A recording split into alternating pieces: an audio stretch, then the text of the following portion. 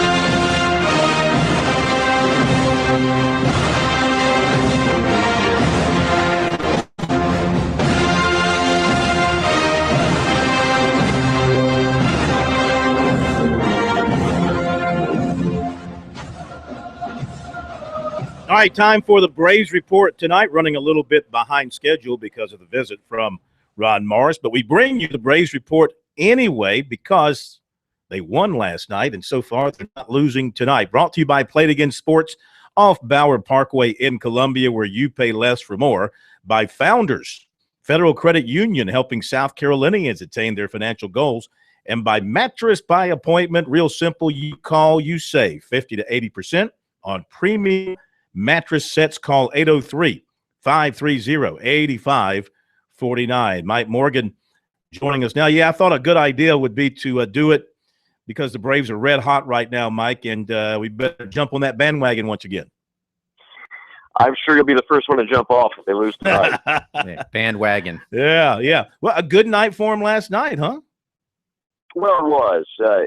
Again, we've talked about this a little bit earlier in the fact that Shelby Miller, when that trade was made in the Jason Hayward deal, a lot of people here, it was an outcry. You would have thought that the Braves had traded away Hank Aaron in his prime. But the fact of the matter is that Jason Hayward, for all he does well, has never been a great hitter.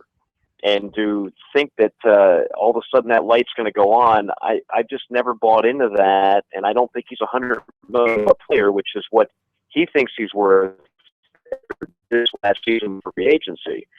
So you've got Jason Hayward, who's hitting in the two teens the last time I checked. Yeah, 211. 211. I'm sorry, I was giving him too much credit. Yeah, he had a bad week. Yeah. So, I mean, Hayward's hitting two. And again, I don't pretend to be a major league hitting coach, but I know enough about being around good hitters and what's a good swing and what's not. And he's never had a good swing. And he's so long, almost like a basketball two guard in the NBA, that I just never imagined him that he's going to be able to be a great hitter with that long, slow stroke. I say all that, but the reason why I'm talking about Jason Hayward is that's how they got Shelby Miller. And around here, there was an outcry of how could we give up Jason Hayward? Because frontline starters don't grow on trees, and Jason Haywards are more common than frontline starters. So I think it was a sensible move. You saw that last night. And then you got guys like Kelly Johnson, who was such on the scratch. He was a Brave 10 years ago. He's bounced around Arizona and other spots, and he's knocking in runs. You look at the lineup, and sometimes you wonder how they score any runs at all. But they got enough last night. We'll see if they can continue that momentum tonight. Your favorite name in Major League Baseball, Boltynewicz, will be on the hill for the Braves, and again looks pretty solid in his first outing in a Braves uniform, and a guy that I really think has a terrific chance of being penciled in that rotation the rest of the year if he has another good couple of starts here in May. Foltynewicz. I've been working on that. Back to Miller.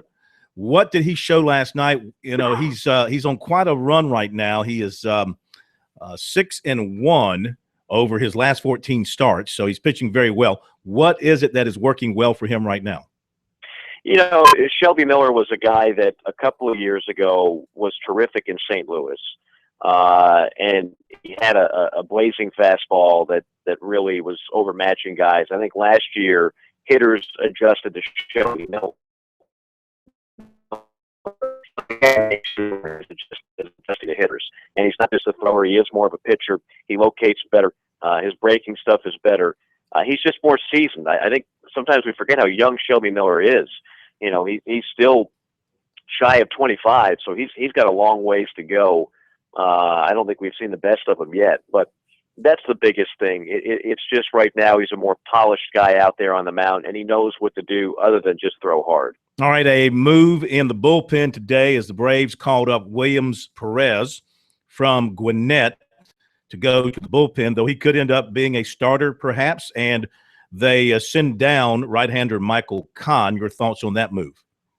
Very, very minor. I don't think either one of those guys are going to be a huge factor anytime soon. I think you're going to see a lot of this. The Braves they make a lot of call-ups and sending guys back down. Of course, Gwinnett is only 20-something miles away from Turner Field, so it's a little easier for them to do it than a lot of other major league teams with their AAA club. But it's not something that's going to be a dramatic change anytime soon. You've got a lot of the guys that they're trying to feel out right now. but I don't think either one of these guys is going to be significant down the road. What concerns me the most is that Michael Kahn sounds like he could be Jewish. I hate to see the major leagues devoid of one less Jewish athlete, if indeed that is the case. There's a leaflet full of the best Jewish baseball players of all time that I read on an airplane once. You said a leaflet? Yeah, leaflet. Yeah. You ever heard of Hank Greenberg? Greenberg? Yeah, he was in the leaflet. Sandy Koufax? Yeah. Yeah. You've heard of those? Yeah, Sean Green was also in the leaflet. Yeah, I think he could qualify. Yeah. Anyway, back to you, Mike. I'm not touching that one, by the way, with the 10-foot pole. So you guys just continue with that conversation. All right, back to Mike Morgan here, giving him some extended time on Sports Talk. Let's touch on some other issues. And, first and foremost on our mind here in South Carolina today is what's happening, and we've talked with you about this before, happening with the Tigers and the Gamecocks in particular. By the way, Charleston in the third. USC has a 2-0 lead on Wofford in the first. But the storm clouds over Jack Leggett in particular, they seem to be collecting, especially after last night's loss to Wofford 17-9, dropped them back to a 500 record overall. Do you foresee any way Clemson can salvage this season and perhaps save their coach's job? It's kind of funny in that paragraph that you just uttered, you said Clemson and Charleston, and then you said storm. It got me thinking Monty Lee and Jim Toman, two candidates I would think that would be pretty strong for the Clemson job if it came open. I think Clemson right now, to answer your question, no. Will Jack Leggett stay around? Everything I'm hearing, not just from within South Carolina, but outside of it, from a lot of people that I work with in the college baseball circles, doesn't think so. It was weird, I had a game last night on the SEC network working with Landon Powell, doing a game with Florida and Kevin O'Sullivan. And we were talking about how since Jack Leggett lost Coach Corbin and O'Sullivan, what a difference it's been at Clemson. And that's, to me, that's the biggest difference. I don't think Jack Leggett forgot how to coach, but he hasn't been able to replace those two assistants who were outstanding. And that was where Ray was always a step ahead of the game, because when he lost a guy, he replaced him with a pretty good coach to always remain a very strong staff as a whole. I think there's going to be a shake-up there. There's going to be a lot of names out there, including one Dave Perno, former Georgia coach who led them to 3 World Series. I think you could see some assistant moves here within the Palmetto State. Just a lot of things that I've been hearing and talking to guys, like I said, that I trust, that seem to believe there's going to be some shake-up with some programs in the southeastern part of the country. Why would you think Perno? Is there some connection between Perno and Radakovich in some way? No, not at all. I just look at Dave Perno, who's a young guy who led Georgia to 3 World Series. You see how bad Georgia's been since he left. They weren't exactly terrific before he got there. He knows how to recruit. I just think he would be a strong candidate. Now, maybe I'm a little bit biased. I know him. I've worked with him. I'm not implying that there's a strong connection with Clemson. I don't know if Dan Radakovich is even so much as thought of Dave Perno. But that's just a name that's a little bit out. Everybody and their grandmother is saying Monty Lee, right? Kevin O'Sullivan. You were down in Gainesville, and that's another name being mentioned. People say he would leave. Yeah, and why would he want to replace? There's so many things there. Leggett's his mentor. Right. And, he's got a great gig at Florida, but there are people that I've talked to outside of the state, like national baseball guys, that say no, he would take a look at that job. I can just tell you, I had a long talk with O'Sullivan yesterday before the game. He does not seem like a man who's unhappy in Gainesville, and they're not going to get outbid. Jeremy Foley's not going to get outbid by Dan Radakovich for a baseball coach. They're about to enhance their facilities. O'Sullivan's already been to 3 World Series as the Gator head coach. I just don't see that. I don't. Remember, Kevin O'Sullivan's not a guy that has huge ties to South Carolina to begin with. He grew up. He went to Virginia. He got his master's in South Florida. I think he's happy right where he is in Gainesville. And the Red Hot Braves have taken a 1-0 lead early on against the Phillies. And K-Mac, I'll let you try the name of the Braves pitcher tonight. His name is Fultonevich. Fultonevich. Thank you, Mike. We'll be right back. Fultonevich.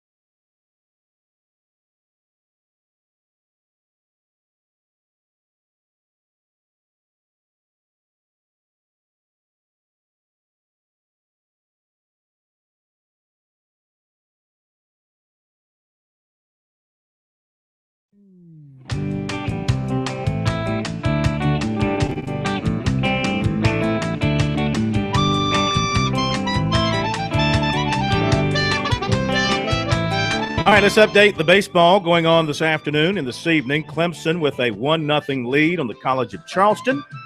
They're playing in the bottom of the fourth inning at Doug Kingsmore. Tigers stung by their loss to Wofford last night. Stephen Duggar was very direct after the game, saying that it was a complete embarrassment by Clemson to lose that way, 17-9 against Wofford. And, you know, he's the leader of that team, and I'm sure that he has tried to shake his guys up. In fact, he has the RBI for the Tigers that came in the third inning that has given them 1-0 lead over Charleston. Meantime, in Columbia, South Carolina scored 3 in the bottom of the first against Wofford. However, Wofford's just gotten a home run, and so it's a 3-1 USC lead in the top of the second. Josh Reagan is pitching for South Carolina tonight. Gamecock scored their 3 runs in the bottom of the first. Kyle Martin had an RBI single. Alex Testino had an RBI single. And Madison Stokes had a sacrifice fly.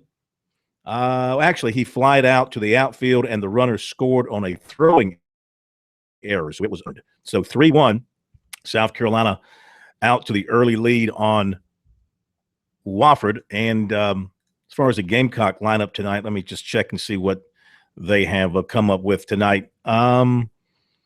Madison Stokes is playing third base tonight. Hunter Taylor is behind the plate. Connor Bright is out in right field.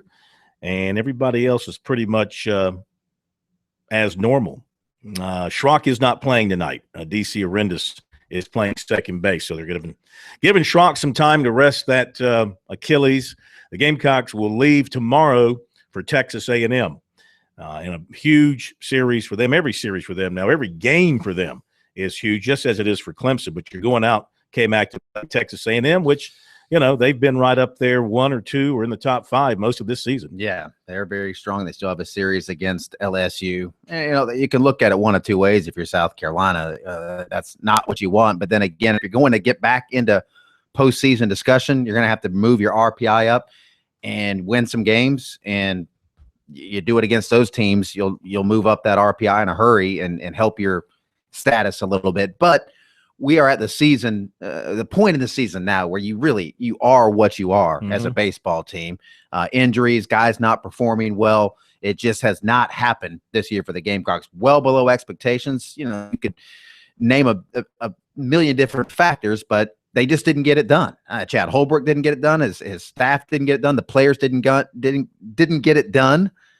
So you know, they're going to have to me, just a bad season. They're not going to become a great team all of a sudden and start beating everybody and get on a big run. RPI as of today, this is the official NCAA RPI, and Clemson is 73 and South Carolina is 77. The best in our state today, RPI-wise, is Coastal at 22. And College of Charleston is 24. Number 1 in the country, number 1 RPI in the country is Dallas Baptist, 37-9. Miami is second, followed by Texas A&M, UCLA, Florida State, LSU, TCU, Florida, Missouri State, and Florida Atlantic. 800-956-7266 if you'd like to join us. Be right back.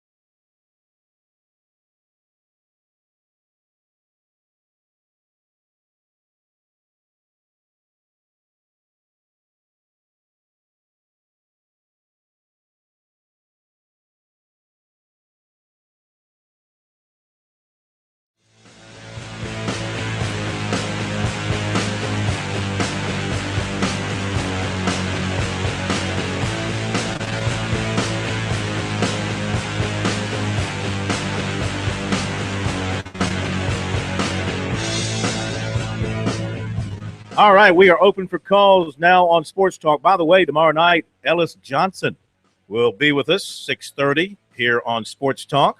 Looking forward to talking some football with the former head coach at Southern Miss and assistant coach all around this state, head coach at the Citadel, high school coach in South Carolina, a coach who has been around the SEC quite a bit. Looking forward to talking with him tomorrow night here on Sports Talk. 800-956-7266 is our number. Email talkback@sportstalksc.com. On Twitter, @SportsTalkSC is how you can sign up to join us. If you haven't signed up to be part of our Twitter timeline and our feed, you should be. All kind of good stuff, especially when K-Mac gets a little snarky with people Which out is hardly there. ever. I don't ever get snarky. But they like that. They like it when you get snarky. And also, of course, our news information going out on Twitter, especially recruiting information, #ST recruiting on Twitter takes you right to our information, stuff that we find. You know, today in recruiting, it's not so much what you dig up yourself, it's what you repeat. It's not so much reporting, it's repeating. And kids today are just putting out information on themselves, offers, visits, commitments. So we see that on other timelines, and we put it on as a retweet on our timeline, and you can follow it that way as well. So sign up to follow us on Twitter @SportsTalk. Corn follows all these teams, boys, so you don't have to. And trust me, that's worth the price of admission right there. Because I have to scroll through our Twitter feed, and sometimes I'm places and things pop up from some of those kids. I'm going, I swear that's not me that put that on my timeline. I did not put that there. There are times where I feel like I need to take a shower after reading some of those these kids. Like, do they understand that's not very smart? But anyway, it's there for you. #ST recruiting, and our Twitter feed is @SportsTalkSC. The website is sportstalksc.com. If you haven't visited there today, you need to get on over there and take a look at stuff. In particular, if you haven't taken part in our weekly poll question for you, sports poll question. You know, we try to angle the poll questions towards South Carolina. You know, we could throw something out there the state of South Carolina, some sports issue involving something in South Carolina to give you a chance to deal with issues in our state. That's what we're all about here on Sports Talk. So our question is, after leading the nation in defense last season, where will Clemson finish this season? I think that's a reasonable question and something to reasonably consider, considering they lost about, 8 or 9 guys off that defense. 34% of the votes thus far say the Tigers will finish between 20 and 40. 26% say between 10 and 20. Finishing 50 or higher in the country, 21%. In the top 10, only 19%. You know, I think I throw my hat into the I'm going to say 20 to 40 because that's a big difference between 20 and 40. Yeah, I didn't want to go 20, 30, 30, 40. I put it in there as 20 to 40. 20 to 40. If you're 20th, but great. I think if you're 39th, that could be a problem. Well, no. I think if you finish in the top 40 in total defense, you're having a pretty good year against these offenses these days. I think top 40 is okay. Now, they'll be helped by what should be a dynamic offense that can score a lot of points and run up a lot of yards. But here's the question. As quickly as Clemson tends to score, how often do they score as early as the 5th play of the game? Pretty often. Yeah. So you wonder about the wear and tear on Clemson's defense, especially with their reserves being somewhat diminished this year. Yeah, that's the big concern. And when you listen to Brent Venables and Dabo Swinney, they like their first 11, and Dabo has said multiple times that you're not going to notice a big difference between our first 11 this season and our first 11 last season. Where you're going to notice the difference is the next 11 coming in. And Venables said after the spring game, if we get an injury at linebacker, that could be a problem. You know, they're concerned right now. The secondary, Mark Fields, he hasn't stepped foot on campus, but they're already saying if he's ready to play at all, he's going to have an opportunity to play right away. So that's going to be the big issue. And you make a great point. With the way that offense goes, maybe they'll dial it back a little bit. And they slowed down a little bit last year. They weren't quite as fast last year. And I think when Cole Stout was in there, they slowed it down a little bit. And the bowl game, they were still moving, but they weren't going. You know, Chad Morris was always trying to he wanted to snap the ball twice in 7 seconds, it seemed like. I think they might dial it back just a little bit and to hold possessions a little bit longer and take a little bit of that off their defense. But no doubt about it, Clemson is going to have to win with their offense next year, the opposite of what they did last year. And that's okay. You can do that. I mean, that's kind of what they did in the Taj Boyd years. But eventually your defense is going to have to step up and win a game for you. When Clemson's had its biggest wins, they've done it with their defense. That includes the Orange Bowl over Ohio State. How'd they win that one? Stephon Anthony picked off a pass, a first rounder, to the Saints. How did they beat Oklahoma? Their defense went out there and stuffed Oklahoma the entire game. How did they win most of the games last year? Their defense stepping up and making plays when they lost their quarterback and their offense was struggling. Defense won the games for them. With today's offenses, the defensive numbers and what is acceptable as being, pretty good numbers are somewhat skewed compared to previous decades. Wake Forest was number 40 in total defense last season, and they gave up 369 yards per game. That got you the number 40 ranking. The number 30 ranking went to Utah State. They gave up 356 yards per game. So there's only a 13-yard difference between number 30 and number 40. Your number 20 defense last year was Houston, and they gave up 343 yards per game. So at the very top of the order, it's somewhat really respectable, but then it drops off and increments become smaller and smaller. The number 10 defense last year was Arkansas, 323 yards per game. So the difference between number 10 and number 20 is about 20 yards per game. I guess, that's not all that significant in terms of the amount of yardage there between the two. I would imagine that's how that would be looked at. So, what I'm saying is a Clemson defense this year that may yield, last year they gave up 261 yards per game. They yield 315, 320 yards per game this year. They're still going to be a team that's probably going to be in the top 30 if that's the case. So I think they're still going to be a good defense. They have, as you touched on, excellent frontline players. Should a series of injuries hit the defense, that's where the concern is. Dabo Swinney and Brent Venables have talked about the lack of experience in their reserves, and that will be a concern, no doubt about it. But you have a chance to vote at our website, sportstalksc.com, and let your voice be heard. If they have a top 20 defense next year and Deshaun Watson stays healthy, sky's the limit. Look out. Yeah, I mean, it really is. That's why it's reasonable, like we were talking with Ron, it's reasonable to consider Clemson as a CFP candidate at this stage. Well, ESPN's spring ranking has them number 10. So, yeah, and if you're in the top 10 in the preseason, and Dabo Swinney always thinks they're a contender, he would say that. And if Watson can build on and avoid that sophomore slump, and they have a lot of weapons on that offense coming back, Mike Williams, Artavis Scott only looks to be getting stronger as he progresses, was a dynamic freshman. The offensive line, they always seem to have questions on their offensive line. It's been like a consistent thing. But despite that, they've had great success offensively. I still would like to see somebody step up and really take firm control running back slot. They're kind of doing it by committee now. And I know Gallman is the guy that came out of spring. Tyshawn maybe it'll be him, but he's been fighting injuries and confidence. Offensive line, I think the question mark on the line going into this season, Joe Gore at right tackle, how well can he hold up there with his knee history? He has had knee injuries. How can he hold up? Isaiah Battle, they think he's an NFL guy at left tackle. I think Ryan Norton's got to play better. How much are they going to miss Jay Guillermo?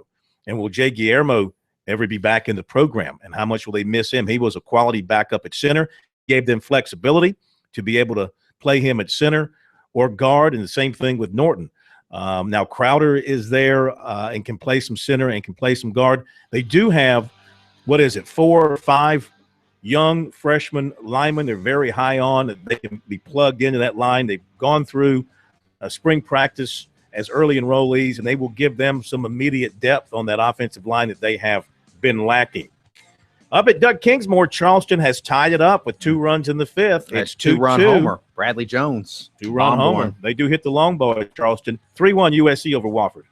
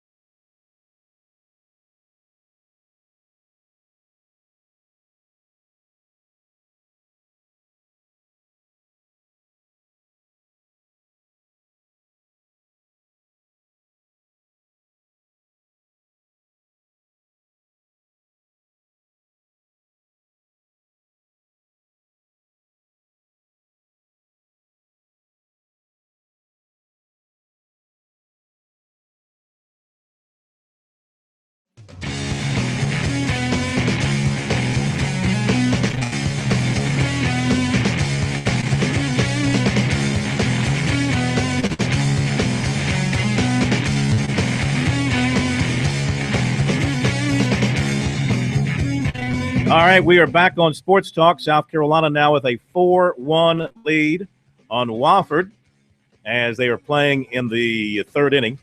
Gamecocks have pushed across another run in the third inning, and I'll tell you how they did that here in just a moment. Caldwell grounded out to first base, and apparently that drove in a run. So the Gamecocks make it 4-1 over Wofford. Meantime, up at Clemson, 2-2, bottom of the fifth. Tigers do have runners on the corner with nobody out. Looks like this one's going to be another, 2-2. That's not a real slugfest. And Clemson has just scored.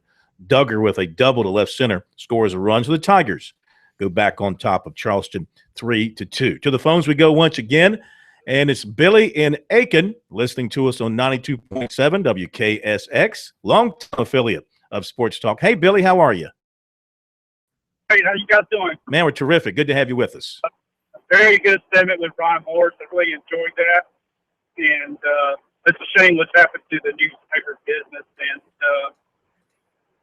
but that's just the way it is these days. And but he did write a lot of good stuff about Carolina, and everybody wants to focus on that one Bruce Ellington column, but he did write a lot of good stuff about Carolina. And I know you have this small segment of people like call them Kool-Aid drinkers. They don't want anything negative said about the coach or the university, and they want to, I guess, pretty much the media be in bed with the university. Well, I mean, I take it, are you a South Carolina fan? I am. Okay. So as a fan, I mean, are you an open-minded fan where you are willing to read and listen to opposing viewpoints about things involving the Gamecocks? Absolutely. I don't want to read everything so pro. I mean, everything so positive. If there's something wrong with the program, let's hear his somebody else's point of view.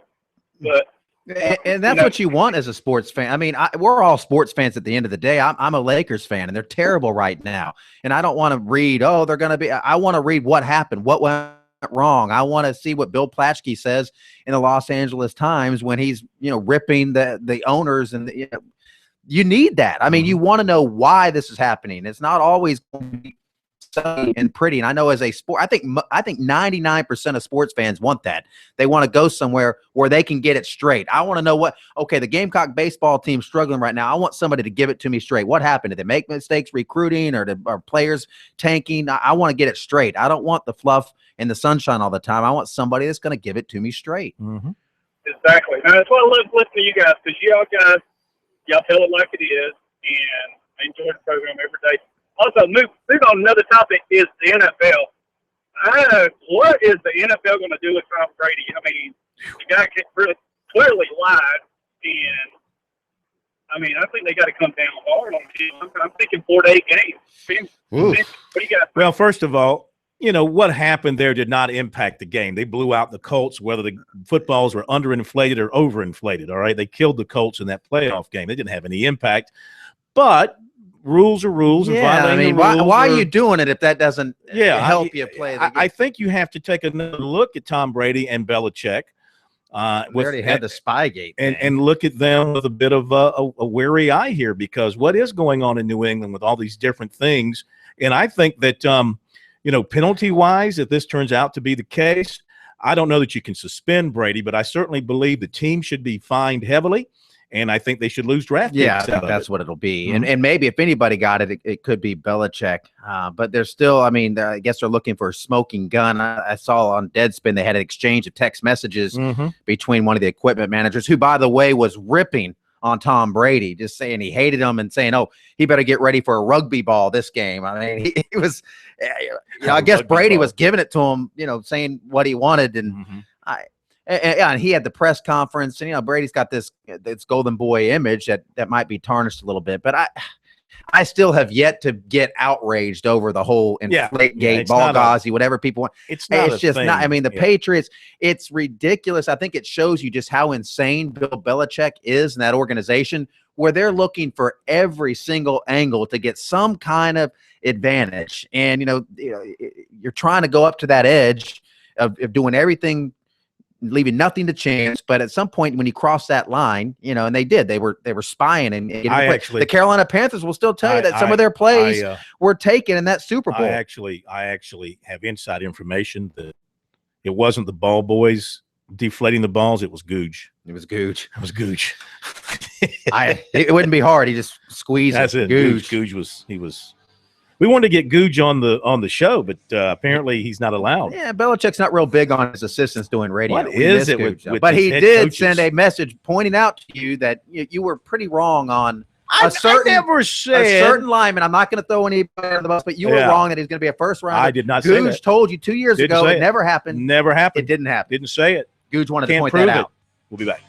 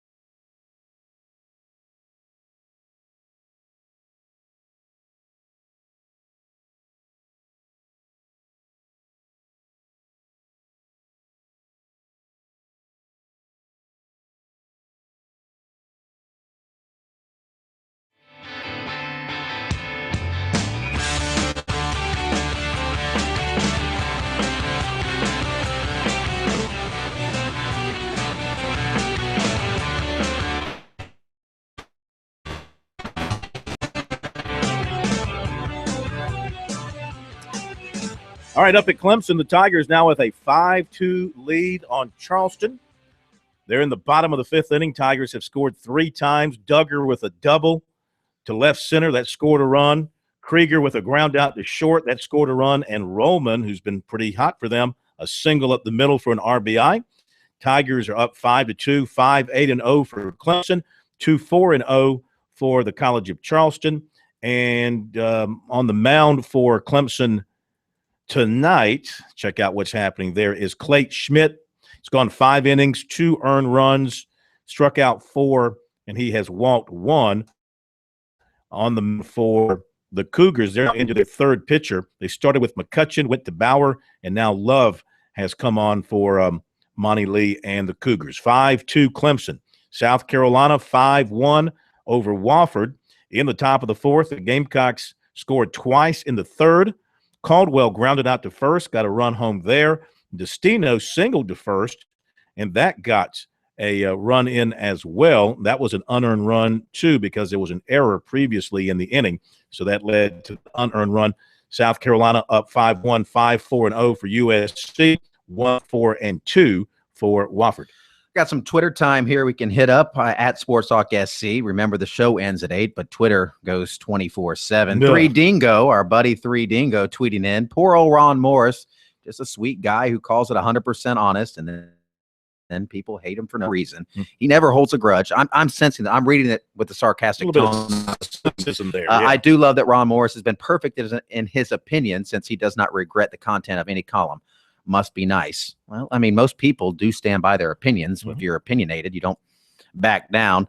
I tweeted Dabo Swinney's doing one of his prowl and growls, and he was asked one question. There's a picture of him, and he's answering a question. Who are your 2 favorite players?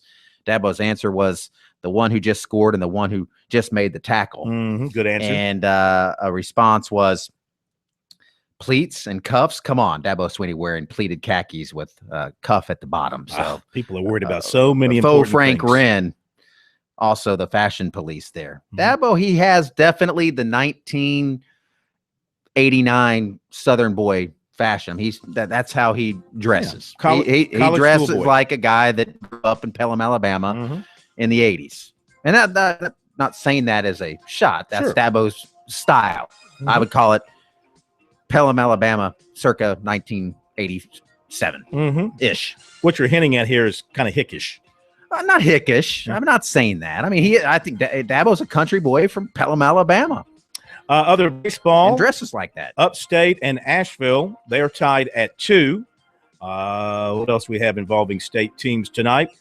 Charleston Southern leading Furman 4-1. And East Tennessee leading Winthrop 11-1. Hey, coverage of the baseball games, USC Wofford, Clemson, Charleston on our website later on, sportstalksc.com. Have yourselves a great night. Thank you, K-Mac. Thank you, State Man, and we will see you. Ellis Johnson with us tomorrow night. We'll see you then. Have a great night.